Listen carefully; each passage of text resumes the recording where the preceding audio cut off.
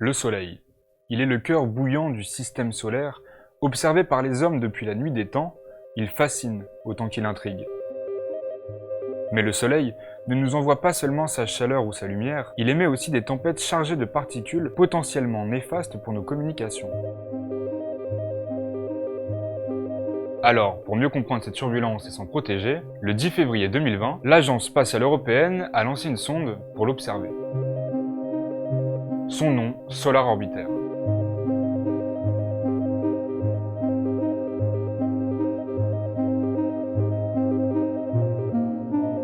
L'objectif de Solar Orbiter, comme son nom l'indique, c'est l'étude du Soleil. Et le Soleil, c'est l'étoile la plus proche de nous, évidemment. Et malgré ça, c'est un objet qu'on connaît finalement assez mal.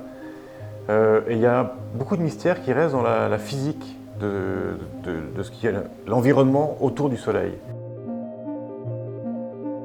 Et il y a un grand mystère que l'Agence spatiale européenne, avec l'aide de la NASA, va essayer de résoudre, c'est qu'est-ce qui se passe dans la couronne. La couronne, c'est l'environnement qui entoure le Soleil et qui, par un phénomène assez étrange, est plus chaud que la surface. La surface du Soleil, c'est 6000 degrés.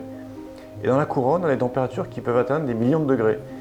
Et cette température, elle a un effet important pour l'environnement de la Terre, c'est que ça émet dans toutes les directions ce qu'on appelle le vent solaire, des particules qui sont chargées et qui voyagent à des vitesses de centaines de kilomètres par seconde dans toutes les directions et qui baignent en fait l'environnement dans lequel se trouve la Terre.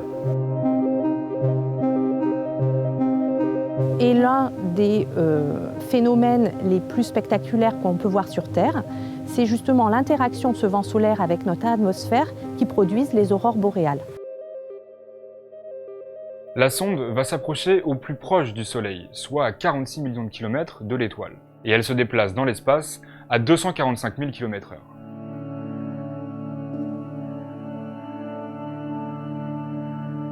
Alors la sonde Solar Orbiter va avoir des orbites très particulières. Elle va utiliser l'assistance gravitationnelle de Vénus et un petit peu de la Terre. L'assistance gravitationnelle, c'est très simple, c'est un peu le système de fronde. Donc en s'approchant, en frôlant les planètes, ça va permettre d'éjecter sur une autre orbite la sonde ou autre objet et la faire accélérer.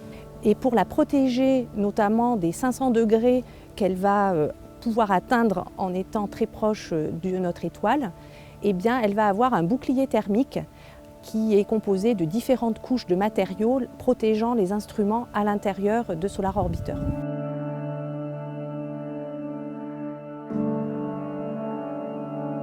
L'autre particularité, c'est que Solar Orbiter va être la première mission qui va observer les pôles du Soleil.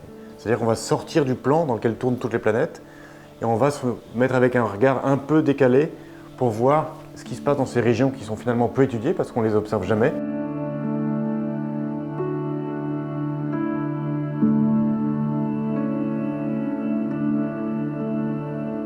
La sonde Solar Orbiter est équipée de plusieurs instruments, 10 exactement, la moitié pour faire des images du Soleil entier et en même temps d'avoir des mesures locales avec les autres instruments. À l'Observatoire de Paris, nous avons construit un des instruments qui permet de mesurer des champs électriques et magnétiques du Soleil. Les nouvelles données recueillies par Solar Orbiter viendront compléter celles de la sonde Parker lancée par la NASA en 2018. Solar Orbiter va s'approcher à 46 millions de kilomètres et elle va en tandem travailler avec l'autre sonde américaine, Parker Solar Probe, qui elle va vraiment frôler notre étoile puisqu'elle va s'approcher à 6 millions de kilomètres.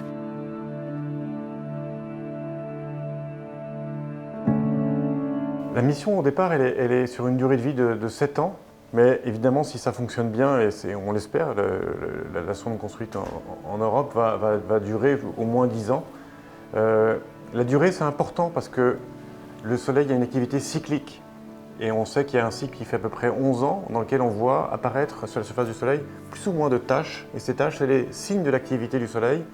Et donc, on sait qu'à certaines époques, il y a plus d'éruptions, plus des événements qu'on appelle des éjections de masse coronale, qui sont les événements les plus violents dans lesquels des bouffées d'énergie sont éjectées dans l'espace et peuvent venir frapper la Terre avec des dégâts parfois sur les satellites ou même sur les réseaux électriques au sol dans les hautes latitudes.